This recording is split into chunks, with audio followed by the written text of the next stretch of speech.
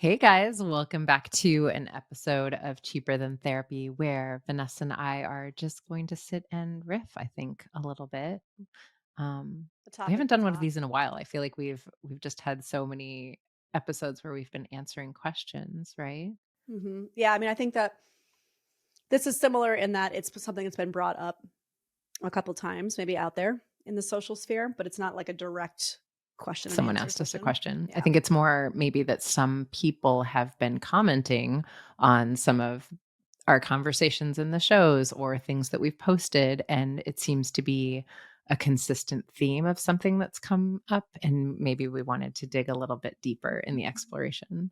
Right. You had a comment, I think, that sort of instigated was the catalyst for us thinking, "Oh, we should talk about it," right? Yeah. So it was on one of my videos around codependency, which obviously, if you listen to this podcast, you know we talk about ad nauseum. And without going into the whole thing, it one of the sentences was the idea of co-regulation is not rooted in codependency. By nature, we are interconnected, and by nature, we have the capacity to both self regulate and co regulate. We need both to survive. Either at the omission of the other is harmful. There is no harm in needing or relying on another unless it is at the detriment of relying on oneself. And there is no detriment in relying on oneself unless it is at the detriment of being able to rely on another. Then there's more, but I'll stop there. So first off, I want to say that my response to them was, I don't disagree. I actually never use the word Mm. co-regulation in my video. So I don't disagree that the idea of co-regulation is not actually intrinsically rooted in codependency. And that's why I said I didn't actually use that word. But then you and I were kind of having a discussion about it. And as we were discussing that comment, another person in our sphere, right, in the wellness sphere, kind of posted something about codependency, and how, something that Danae and I speak about often in relationships is not actually codependency. And it was just it just felt very like This is alive. alive. Yeah, Yeah. exactly. Yeah, I think that well, let's start with the baseline of what we think of when we speak about codependency. And you correct me. I sometimes like to give you what I think because I feel like codependency is so your jam. But I think when I think about codependency, I think about like using another person, something external, as a way of regulating my internal world, right? So I attempt to control external circumstances, people, as an attempt to regulate how I am feeling inside. Um, and when I can't do that, I feel a sense of dysregulation, right? Yeah, and I would even say that codependency by nature is controlling or manipulative. But in the moment too, it could just be simply using another person as a form of Mm, regulation, right? Um, so if you look at it more from, like when you talk about how, and this has actually been really helpful for me, how you have been able to kind of attach the more anxious energy to codependency and the more avoidant energy to hyper independence, right? And how you and mhm, I talk about them being two sides of the same coin. mhm. They might use different terms, like they might be called different things, but the energy is still the same, right? It's like I'm not okay unless something outside of myself is different or is okay. And so there's a using involved, right? And it's like I need to use this other person in order to regulate myself, just like somebody else might need to use alcohol to regulate themselves or use drugs or use porn or use social media or whatever the thing is, right? It's the same kind of energy. Yeah. And I think that that is the bold statement that we often speak to that I think can be challenging. I think we have said from our perspective, codependency is the most socially acceptable drug of choice that we all sort of indulge in. And I think that to me, the word that comes to the forefront so often is control. It is the attempt to control external circumstances, people, in an attempt to feel safe within myself. Now, if we circle back to that comment about co-regulation, it's not that we aren't, excuse me, that we aren't all interconnected beings and that we don't need other people in order to thrive and to feel a sense of wholeness. Of course, we do. We are all connected. That's like the inevitability of life. But I think the challenge for me, and I want to hear what this brings up for you around some of the narratives around co regulation, is what happens when that person that I am using as a tool, to use your words, to regulate my internal system is no longer there Right. for me to feel that sense of regulation. Then what do I do with that? Right. Right. And I also want to add a layer onto this, which is, and this is something that this specific comment referred to, but also I've seen a couple different posts kind of circulating out there too, which really brings this idea of um, the way that you and I speak about codependency is somehow linked to hyper independence or is somehow linked to more Hmm. of a patriarchal and I would even say hyper independent, like the way that kind of America is like pull yourself up by your bootstraps and do it all by yourself, completely cut off from community, right? I've seen a lot of people out there saying, oh, this codependency talk that we're seeing everywhere right now, it's rooted in the kind of capitalistic white supremacist hyper independent, very masculine approach to life. Like, this isn't how we're meant to live. We're meant to live in society. We are interconnected. And so I think there's some interesting kind of, I don't know what the word is. Like, I don't know if it's misconstrued. I don't know if what's being brought up in the kind of conversations you and I are having are reflecting something that is really well, I know that it's activating something in somebody or in people. But I think what you just said, the reason why I'm bringing this up is because what you just said, I guess, is attached to that point that I just made, which is it is not that we are saying that we are not intrinsically connected, right? Hmm. Babies need humans to survive, literally. They need just simply love and touch to survive. It's been proven through research, right? Babies will die if they're not actually given love and touch, simply, right? Actual love. And so no one is saying that as human beings, we don't need that, right? It's been shown time and again. We live longer, we're healthier, right? When we're in loving union with other people.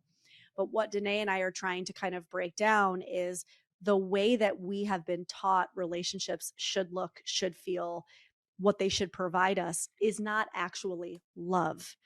They are attachment. And there is a difference, right? Like, to truly be in a loving relationship, you cannot have control and manipulation. Like, just by simple nature of definition of love does not include control and manipulation. Love does not include, I need you to be this. I need you to act a certain way. I need you to show up a certain way. Like, that is not love. And so I think that we have somehow conflated or mixed up, I suppose, the conversations around we need people as beings versus we need attachments at all costs, even if they are unhealthy and codependent. And so I think there's like some confusion out there in those different the different realms, I guess, of what like relationships and attachment mean. And I'm wondering, I don't know, like what comes up for you as I attempt to explain that. I don't know if I did that well. No, I think you did great. But what I would, add the layer to in what you're saying about control and manipulation is the why that happens, right? Right. Because to your point, as human animals, we have two fundamental needs. One is for those primary attachment needs to be met. That's the existential anxiety that comes in when we believe as babies we will not survive because we won't. Human animals need other animals in order to survive, but we also have the fundamental need to be an autonomous self. Now, in American culture especially, but I would say like our society as a whole has really put more emphasis on the attachment need, right? And that comes from a set of patriarchal values that says there is a structure, there is a container, there is a way that life should be lived in order to keep yourself safe.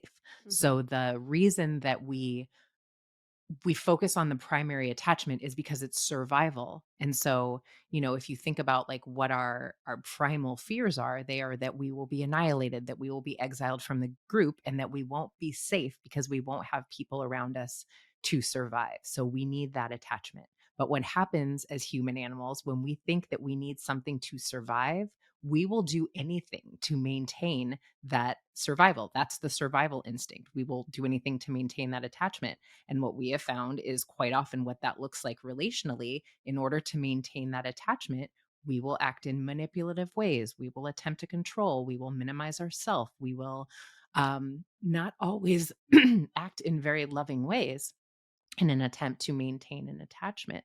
Now, I think because Vanessa and I come from a depth psychology background, some of the ways that we believe our purpose of what we are doing in this human experience is more around the work of coming into a full, solid sense of self. Jung talks a lot about the work of individuation. At the beginning of our lives, we are really sort of oriented towards the external and the outer world. And then later in life, we come into more of a space of individuation where we go more into that internal space and attempt to make meaning. But, you know, uh, I'm saying all this to say, we have sort of, especially in like couples therapy orientations, there has been such a focus on attachment that we've sort of been conditioned to believe that is the only way to be in partnership Mhm. is partnerships that are really rooted in attachment. There is another option, and what other cultures sometimes focus on is a more differentiated model, which means it is my work to use this relationship as a mirror to support me in becoming a more differentiated version of self, a more full self. I see what this relationship is showing me, and then I take responsibility for becoming a more whole self and being able to see this person and show up in a more loving, fulfilling relationship container, not I just do whatever I need to do to maintain this attachment at all costs. You know what I mean? Right. And I would say too that the difference in those two approaches slash ways of looking at relationships, one of the other primary differences is yeah, if I'm looking at my relationship or the relationship of others in an attachment based way. Now we're talking between two grown-ups, right? We're not talking Mhm. about child attachment. There is a difference. But if I'm looking at yeah, two grown-ups, whether that's romantic, whether that's friend, whatever, right? Mhm. If I'm looking at it through an attachment lens only, then it somehow becomes the work of the other person to reparent and help to fix those attachment wounds, right? So I step in essentially as a placeholder to the primary attachment figure that I'm saying caused with air quotes because obviously we know it's not like it's purposeful, but essentially caused air quotes those attachment wounds to begin with, right? And so now I become the placeholder for that wounding person, right? And then it Mm. becomes my job to somehow help to fix or heal those attachment wounds. And so much of what Danae and I speak out against is that is not the actual job slash role of a romantic partner at all, right? It is Yes. not their job to fix or to soothe or to heal your attachment wounds, right? And the second we get into that space, we lose eroticism. This is what a lot of times this is what Esther Perel talks about, right? It's like you can't have it both ways. You cannot have the expectation that someone is going to reparent you and also that there is going to be continual sexual drive and sexual longing for the other person. We do not intrinsically want to have sex with our offspring or our parents, right? So the second a parental role comes into play, you're going to lose eroticism. Now, in saying that, it's not to say that occasionally we don't provide a mirror, occasionally we don't provide a healing experience for our partner. Of course we do. Of course. I mean, that is like you said, I mean, it's me holding the mirror. Like that is one of the greatest I think one of the greatest benefits to love is that we get to heal in relationship with another person. We get the opportunity to have a mirror held up to us and for us to get to see ourselves in this different kind of way so that I can then lean into my own healing, right? Not as a way to say, oh, this person's going to heal me, but for me to say, oh, wow, I didn't see that in that way. I get to now experience healing because I get to lean into healing. So I just think there's a lot of like I don't know if it's confusion or just like not understanding maybe the difference between the more attachment way of seeing relationships versus this more individuated approach to seeing relationships. Well, because if you think about what attachment is, if we think about it from the infantilized way that we are conditioned to hold attachment-based relationships should be in. Yes, I mean that quite Literally. intentionally. Mhm. Think about the ways that our children attach to us. They are not interested in what they can give us. I mean, yes, they'll be like, "Mommy, I love you," but it's very like, It's not about "You our give needs. me what I need." Yeah. Yeah, that is the role of a caretaker. And quite often, that is what we have been conditioned to believe our romantic relationships into adulthood should look like. Now, to your point, I think when we take responsibility for really showing up and, looking at our relationships through our adult lens, inevitably it creates healing for both people. When Mhm. because if I'm tending to myself and what is being activated within me, I'm actually able to be present with you and see you as a person versus attempting to take, right? It's Yes. very much like, to me, the differentiated model is much more based on love that is focused on what I can give versus love that is focused on what I am meant to get, right? Now, Mm. I think, to me, one of the biggest issues with the more attachment based model is well, two things. What you just spoke to, in terms of it becomes such a continuous perpetuation of the rejection of the feminine, because the feminine is the sensuality, the feminine is the aliveness and the erotic and the life force. And we as a society have really decided, oh, that shouldn't matter. You just should have a secure attachment. That's all should matter. Right. And which is why, what is the number one thing people come to us with couples therapy being the presenting issue is, we don't want to have sex. Of Mhm. course you don't, because you have Mhm. decided that all that should matter is that you have a secure You stay attachment. together. And I can have a secure attachment, but that is going to be at the denigration of our life force, of our aliveness, of our sensuality, right? But the other thing is that so often I feel like this is the perpetuation of women being in a really maternalized role, meaning I don't feel like this is something that becomes as much of a struggle for like men being, I mean, yeah, like even as I say that, I'm like taking it back. Like I do think it's both people that are in parentified roles, Parentified, but it's right. often also parentified roles. Mhm. Yeah, but I often think it's also like almost like sibling roles. Like Yeah. when we feel that like we are entitled to love from someone else because like all that should matter is just that we stay attached no matter what, we start acting in these really enmeshed ways that we Mm. do in our family of origin, where I don't even see this person as separate from me anymore. I just get to treat them however I want. Yes. And I know I'm like preaching to the choir, but like the extent to which we see this, we talk to each other in our like romantic relationships as adults like we would not talk to I anyone. know. I And it's know. just allowed. And it's like, the reason we do this is because we feel like they are ours. Yeah, We have this like we're attachment entitled. and they You've belong made a to promise. us. You've made a promise, and so that goes about everything else. And so I can treat you now like I want to treat you, no matter what that looks like. And I can be my worst version of myself, and you have to love it, and you have to stick with it. And I made a post a long time ago, and I think I would change the wording to a little bit now. But I made a post a long time ago around this concept that I believe that adult love is actually conditional. More to just say, because Mm, everybody's like, "Oh, love is unconditional. Love is unconditional." I'm like, well, but here's the thing. If I'm in a relationship where I'm looking at it as my ability to become my most differentiated self, right? No, it's not conditional. You don't get to be the worst version of yourself all the time and I have to just tolerate it because I've made some kind of promise. That is not love. If you are not in the best version of yourself, and now listen, we all have shitty days. I'm not saying that the reality is I'm not at my best version of myself all the time. Let's be real. We're human. But if my reality is more often than not, I'm showing up my worst version of myself, I'm saving that for you, my partner. mm, Fuck that. Like, I don't need to be here. I don't need to stick around and be in a relationship with somebody who only gives me their worst version and gives everybody else their best version. No. You know who has to stick around when somebody gives you their worst version? Your parents. I'm not your parent. I don't have to stick around when all you show me is the worst version of yourself. I'm sorry. Yeah, I may have made a promise to you, but that does not mean that you are entitled to me sitting around and taking it. Right. And I just want to say one more thing because I wrote this down while you were talking because I just had a little bit of like I don't know if it's an aha, but I just kind of something clicked in my head when you were talking. I was thinking about this idea, and this is kind of a tangent, so we won't go too far on this, but I was thinking about this idea of how often, as therapists, we talk about like your friends are not your therapists. Your family members are mm, not your therapist. Your partner is not your therapist, right? And what made me think about this is when you were talking about the getting versus giving in love, right? Like real Mhm. love is not about what I can get. Real love is about what I can give. When I am acting Mhm. out of that place of true love, which is what am I able to give to this person? That's when I'm able to be a true, compassionate, holding space, compassionate witness. Like I'm able to witness you and hold you with reverence, and I'm not there to get anything from you.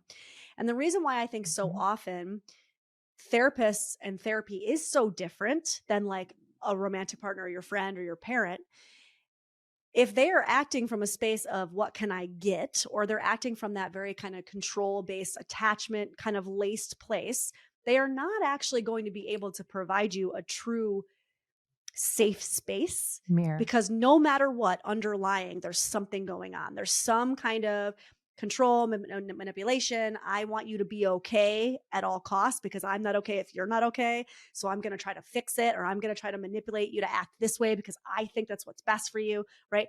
That's not actually holding space. That's not this Mm. idea. And the reason why I thought of this is because so often I hear from people, yeah, but what does that mean? How do I find somebody that will hold space? You always use this term holding space. What does that mean? What does that mean? And I think it's that. I think it's like we can't actually provide that true safe space for somebody so long as there's any kind of underlying control or what am I getting from this? The only time we're able to provide that is if it's truly from a space of give, right? I am giving from love only. And my only job in this moment is to just see you and provide love and space. So I don't know. There was something in that just clicked for me where I thought that feels a little bit like the difference why when you go to a therapist, it's a lot different than when you go to your parent or your Mm. sister or your friend. Because no matter what, there's that underlying, well, not no matter what, but in a lot of undifferentiated relationships, there's that underlying kind of take control, get, right? All those words I just used. Yeah. And I think, underneath what you're saying to me is the question then becomes, so how do I get there? Right. Like you Yeah. said, like, how do I get someone to hold space for me? And I would say your work is to learn to do that for yourself Mm. and then surrender and trust that you will attract people that are in that same vibrational frequency with you. Meaning, I believe when we're talking about attachment, our primary attachment should be to source, to the divine. And that is the highest self within me. That is where I should go to replenish, to find safety, to surrender. That should be my primary attachment. And then from that space of finding that solid essence within myself, and it's not a state of arrival, that's a place we continue to return to that knowing, then I am actually able to be in right relationship with those around me. But we are such an externally focused society. I get my sense of safety outside of me. I get my sense of belonging outside of me. I get my sense of trust outside of me, that we have really not learned to cultivate a solid relationship with that sense of self. And I think that to me is the returning of the feminine, is that, the feminine fundamentally at its core is source, is, it's the energy of the soul. And so we have just been a society that has completely minimized that and made that like not relevant. And we should be able to, through technology and through our ability to control and through our logic, be able to do and control everything. It's not real. And I think that it is just often making us act in some ways that are really out of alignment with the truth of who we are, you know? Mhm. Yeah, I think that this is just a really radical shift in the way that we as a society have looked at relationships. I think this shift requires a lot of personal responsibility and personal accountability. And I think that's really hard Yes. for most people. This shift Mhm. requires you standing in your own truth and being afraid, right? It requires you to kind of go into the darkness. It requires you to Mm. face your fears. It requires you to have to really surrender to the idea that, like, I've got me. And I can't continue to live my life expecting everybody or everything outside of myself to be the thing or the person that's got me. And there's a lot of fear around that, right? And also, Mm. I would say as a society, it's really interesting. Like we, as at least American culture, it is this like rugged individualism, and yet we're also pretty infantilized. It's kind of an interesting dichotomy. It's like, on one hand, we're force fed this idea of rugged individualism, pull yourself up by your bootstraps, right? And on the other hand, we're actually very much made to believe that there is something above us or outside of us that is going to tell us what to do, how to live, who to love, right, what is wrong. I mean, this is a lot of the patriarchal religious structures. It's like, I am the one that knows, and you are just the one that needs to listen and have faith that what I'm saying is the absolute truth, right? And so I don't know how those two can live actually Can I together. can I touch on that just real quick for a second? Because I think that that is like it's a very pull yourself up by your bootstraps, and yet it is some external source telling me what is true, What right? to It's do, right? still yeah, but it's still like I am a victim of Hmm. external circumstances when things are not going my way versus I am the creator of my own experience and I am a victim of nothing. That is a very different paradigm actually than what we are raised with. And so I think when we say things like I got me or like it's personal responsibility, people hear hyper Like the individualism, individualism, which yeah. from my perspective has been what we've been operating in this whole time, but it's been very like I don't have me. I have the paradigm, the prescription that I've been fed that Mm, has me. Do you know what I mean? mm-hmm, It's patriarchy has me. mm-hmm, Capitalism has me. That is where I draw my sense of self. It's not from an internal place, not mm-hmm. really, you Mm-mm. know? And if you're not living from that space, then you are actually, in fact, living from the state of victimhood, because we're all walking around just reacting to whatever is done to us, whatever is given to That's right. us, right? Whatever is handed to us. And so it isn't about personal responsibility and accountability at all. And I think that that's by design. I mean, I would imagine that in and of itself is completely by design, right? Like, let's let them believe that they are actually responsible for their own, journey. But actually, what's happening is we're also feeding them this idea that they're nothing without us, right? They can't do Absolutely. anything without us. And like I say, us could mean any patriarchal structure above, whether that's the patriarchal religious structure, whether that's our patriarchal political system. There's so many structures that we could talk about. Um, but it's done by design. You know, don't God forbid we let people actually step into their own power and take Mm, personal accountability and personal responsibility and truly say, I've got me. Because if they get to that space, then they're not going to need the stuff. They're not going to need the political system. They're not going to need, the religious pulpit telling them what to believe and what not to believe, because they will know and believe what they know and believe in themselves. Right. And so I think when Danae and I have these conversations, I mean, listening, it's like we are really trying to get at actually the core of a lot of these patriarchal structures. And so to the person that said like, oh, actually that is the kind of patriarchal, hyper individualistic culture's way of talking about codependency, I would say I highly disagree. Highly disagree. I would say that actually what we're doing is challenging just that. Um, yeah. yeah, I got me is not hyper Mm-mm. individualism. It is I tend to me so that I can love you, so that Yes. I don't need to take from you, so that I don't use you as a means to an end. That's the Mhm. paradigm we've been living in, and that is not love. That's That is not the love. antithesis of love from my Mhm. perspective. So I got me so that I don't have to use you as an energetic source of, something that I'm being fed. I actually am in relationship with you in your essence. Right. So if you're in your relationship and you're acting out of a place of need, not as like a what can I offer? How can I be of service in my act of love? But it is like, what can this person give me? I need this from them in order to be okay. Ask yourself, how is it possible? Where can I find the time and the space and the energy to really sit with this idea of how can I give me what it is that Mm, I feel I can only get from other people. I can only get from things, from booze, from, buying stuff, whatever that is. yes. Because really, this healing that Danae and I talk about has to start with no, you don't. Challenge what you've been force fed to believe. No, you don't. We are not saying we don't need other people. That's not what we're saying.